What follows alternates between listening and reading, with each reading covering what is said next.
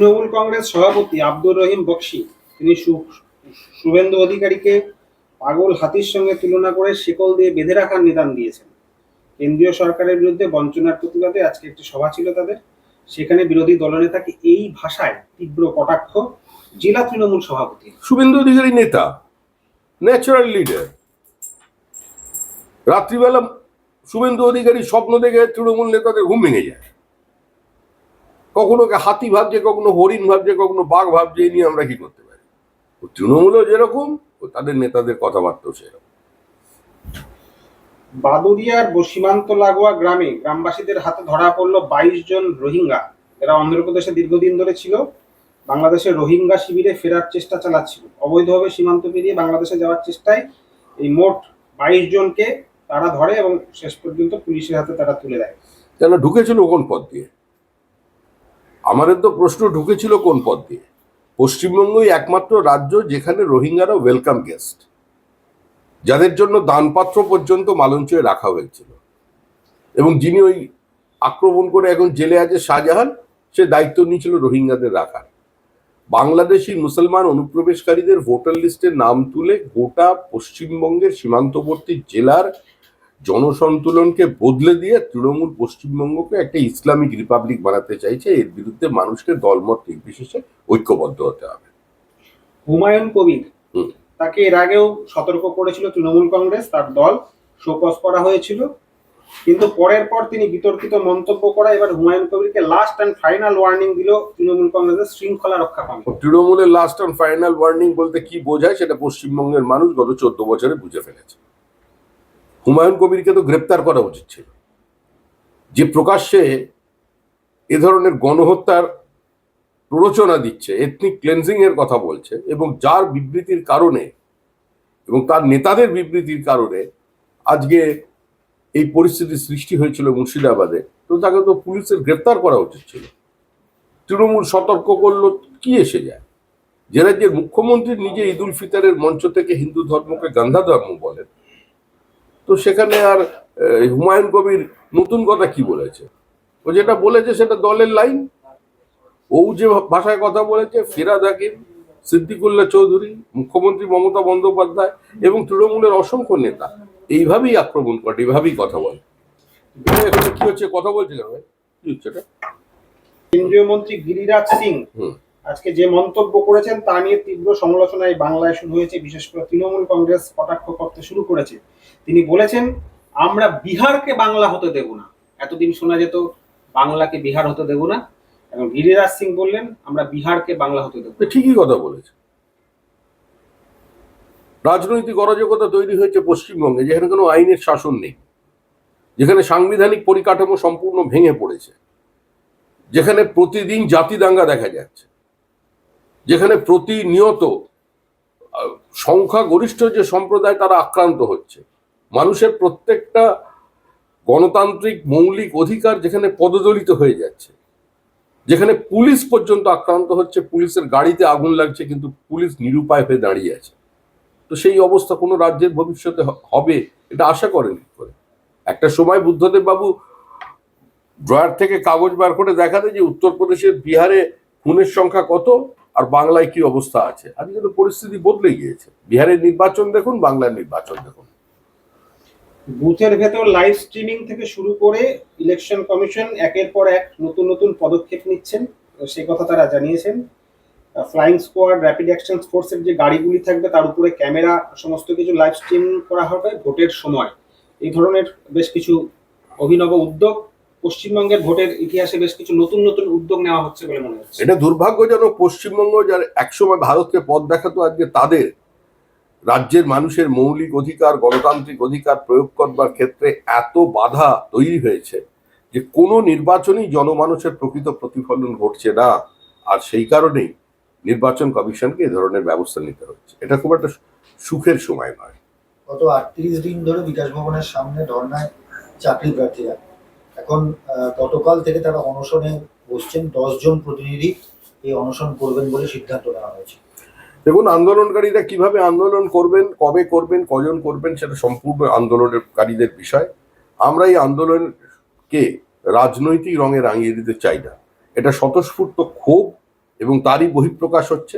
যাদের মেধা প্রতারিত হয়েছে, যাদের জীবন যৌবনকে লুট করেছে তৃণমূল কংগ্রেস, তার বিরুদ্ধে আন্দোলন করার, প্রতিবাদ করবার অধিকার তাদের আছে এবং তারা আন্দোলন করবেন। আচ্ছা, বিধানসভায় চাকরিহারাদের 5 জন প্রতিনিধি দল তারা গেছিলেন এবং তারা বিভিন্ন রাজনৈতিক দলের যারা সদস্যরা রয়েছেন, বিধায়করা রয়েছেন, তাদের সঙ্গে তারা দেখা করবেন, তাদের যে সমস্যার কথা তারা তাদের জানাবেন, এমনটাই সিদ্ধান্ত নেওয়া হয়েছে। সিদ্ধান্ত রয়েছেন তারা জানাবেন। দল হিসেবে বিজেপিরও তাদের এই আন্দোলনের প্রতি আগেই সহমর্মিতা জানিয়েছে। তবে যতদিন তৃণমূল কংগ্রেস ক্ষমতায় থাকবে ততদিন এই অবস্থার সমাধান হবে না। কারণ প্রকৃত মুখ্যমন্ত্রী পারতেন, তৃণমূল কংগ্রেসই পারত, পর্ষদই পারত এই সমস্যার সমাধানে। কারণ কে চাকরি বিক্রি করেছে, কে কিনেছে, এটা তাদের জানা আছে। তাই যোগ্য অযোগ্যদের যে পৃথকীকরণের ব্যবস্থা সেটা সরকারই করে দিতে পারতো, কিন্তু তারা করেনি। মহেশতলার ঘটনায় এখনো পর্যন্ত ফটক বাজার সংলগ্ন যে সমস্ত ব্যবসায়ীদের দোকান ছিল, সেই দোকানপাট এখনো পর্যন্ত বন্ধ। আতঙ্কিত হয়ে রয়েছেন ব্যবসায়ীরা। তারা বলছেন যে আদৌ দোকান খুললে কতটা শান্তিপূর্ণভাবে ব্যবসা করতে পারবে। গোটা কলকাতার এই চেহারা তৈরি হবে আগামী দিনে। সমস্ত সংখ্যাগরিষ্ঠ মানুষকে সংগঠিত হতে হবে, সচেতন হতে হবে।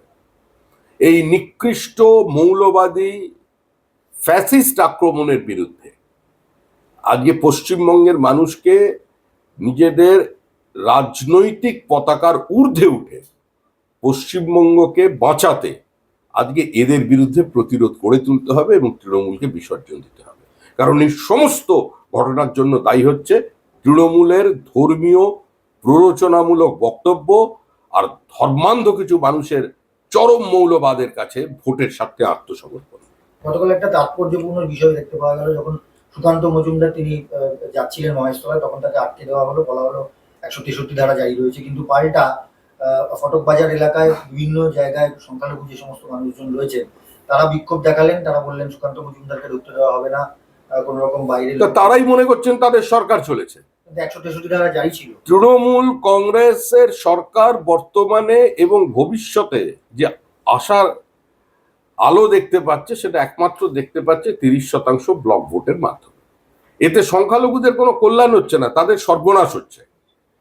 সংখ্যালঘু শিক্ষিত মানুষকে এবার বুঝতে হবে যে আপনার বাড়ির ছেলেমেয়েরা বড় হয়ে রাস্তায় নেমে পাথর ছুঁড়বে, না কলেজে গিয়ে পড়াবে, কোনো সরকারি অফিসে গিয়ে লেখালেখির কাজ করবে। এটা তাদের সিদ্ধান্ত নিতে হবে। জমজমাট ভর দুপুরের কালীঘাট হাই সিকিউরিটি জোন, সেখানে কিছুক্ষণ আগে যুবককে কোপ, এলোপাথারি কোপ, এসএসকেএম এ ভর্তি যুবক, কালীঘাটের মতো জায়গায়। দেখুন, পশ্চিমবঙ্গের সব জায়গারই এখন এক চিত্র হয়ে গেছে। সমস্ত দুষ্কৃতীরা ভয়মুক্ত হয়ে গেছে। যেখানেই অপরাধী ধরা পড়ছে তার সঙ্গে সরাসরি তৃণমূলের যোগ পাওয়া যাচ্ছে। কারণ তারা মনে করছে সরকারটা তাদের সরকার, যেখানে পুলিশের কোনো মরালিটি নেই। পুলিশের মেরুদণ্ড সম্পূর্ণ ভেঙে দেওয়া হয়েছে।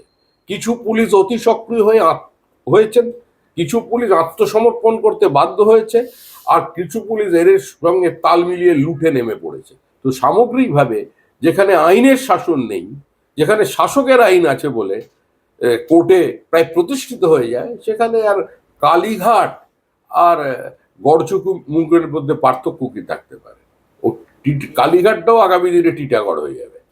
আচ্ছা, মহেশতলায় যে নাবালককে মুন্ড করে ঝুলিয়ে মারধর করা হয়েছিল, সেই ঘটনার মূল অভিযুক্ত তাকে শাহেনশাকে গ্রেপ্তার করা হয়েছে এবং আরো 5 জনকে গ্রেপ্তার করা হয়েছে। কিন্তু এখনো পর্যন্ত নাবালককে কোনো রকম ভাবে খোঁজ মিলছে না। পুলিশ কি করছে? মানে এটা নিয়ে একটা বড় প্রশ্ন যে পুলিশ এই নাবালককে আদৌ খুঁজে বার করতে পারবে, সে মৃত না জীবিত। মানে কে মেরেছিল তাকে? এই যুবককে কে মেরেছিল? মিনি পাকিস্তানের লোক যারা মহেশতলায় পাথর ছোড়ে, হিন্দুদের দোকান ঘর লুট করে, অসুরের দোকান ভেঙে দেয়, গাড়ির কাঁচ ভাঙে, পুলিশের জিপে আগুন লাগায়, মোটর সাইকেলকে পুড়িয়ে দেয়, বিভিন্ন বহুতলের বাড়ির কাঁচ দেখে সেখানে পাথর ছোড়ে, তাদের মধ্যে কেউ একজন মেরেছে, তাদের বিরুদ্ধে ব্যবস্থা নেওয়া হবে না, কারণ ব্লক ভোট।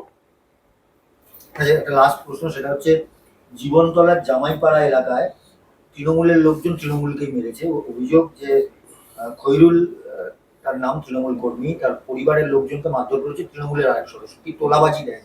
তোলাবাজি মানে এটা এখন চলবে, যত দিন এগোবে এটা চলবে।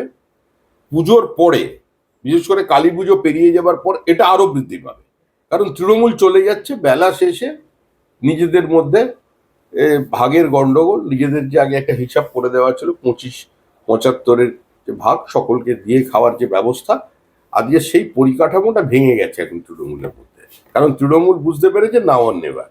তো সেই জন্য এই ধরনের ঘটনা বাড়বে। যুদ্ধ আর প্লেন বাদে আমরা সব করে নিই।